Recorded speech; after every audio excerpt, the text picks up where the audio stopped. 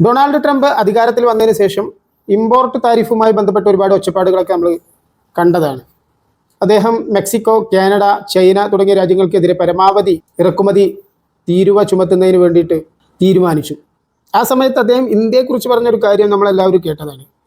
അതിഭീകരമായിട്ട് ഇറക്കുമതി തീരുവ ചുമത്തുന്ന ഒരു രാജ്യമാണ് ഇന്ത്യ എന്നാണ് അദ്ദേഹം പറഞ്ഞത്. അതിൽ എത്രത്തോളം കഴമ്പുണ്ട് എന്നുള്ളതൊന്ന് പരിശോധിക്കാം നമുക്ക്.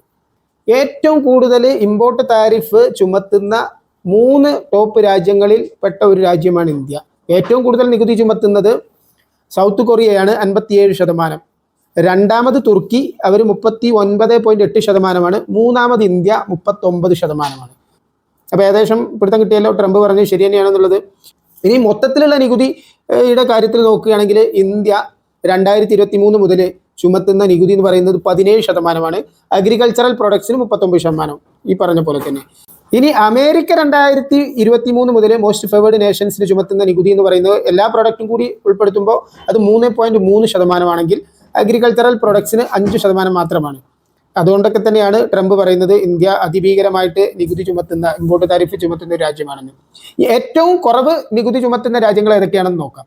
സിംഗപ്പൂരാണൊന്ന്, അഗ്രികൾച്ചറൽ പ്രൊഡക്ട്സിൻ്റെ കാര്യത്തിലാണ് പറഞ്ഞത് കേട്ടോ. സിംഗപ്പൂർ 0.1% മാത്രമാണ് നികുതി ചുമത്തുന്നത്. രണ്ടാമത് ബ്രൂണെ, അവരും 0.1% മാത്രമാണ് അഗ്രികൾച്ചറൽ പ്രൊഡക്ട്സിന് നികുതി ചുമത്തുന്നത്, ഇമ്പോർട്ട് താരിഫ് ചുമത്തുന്നത്. പിന്നുള്ളത് ഓസ്ട്രേലിയ, അവർ 1.2% നികുതി ചുമത്തുന്നത്. ഇന്ത്യ അഗ്രികൾച്ചറൽ പ്രൊഡക്ട്സിന് ഹൈ ഇമ്പോർട്ട് താരിഫ് ചുമത്തുന്നതിന് പ്രധാന കാരണം വിദഗ്ധർ പറയുന്നത് ബേസിക്കലി ഇന്ത്യ ഒരു അഗ്രേറിയൻ ബേസ്ഡ് ഇക്കോണമിയാണ്.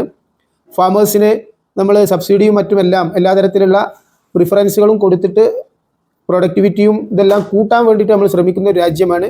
സ്വാഭാവികമായിട്ടും പുറത്തു നിന്നുള്ള രാജ്യങ്ങളുടെ പ്രൊഡക്റ്റുകൾ അകത്തോട്ട് വന്ന് കോമ്പീറ്റ് ചെയ്യാൻ പറ്റാത്ത സാഹചര്യം വന്നു കഴിഞ്ഞാൽ അത് വളരെ ചലഞ്ചിങ് ആയിരിക്കും. അതുകൊണ്ടൊക്കെ തന്നെയാണ് ഹൈ ഇമ്പോർട്ട് താരിഫ് അഗ്രികൾച്ചറൽ പ്രൊഡക്ട്സിൻ്റെ കാര്യത്തിൽ ഇന്ത്യ ചുമത്തുന്നത് എന്നൊക്കെയാണ് പറയുന്നത്. ഏതായാലും ട്രംപ് പറഞ്ഞത് ശരി തന്നെയാണ്. ഇന്ത്യയുടെ import tariff especially on agricultural products is very high.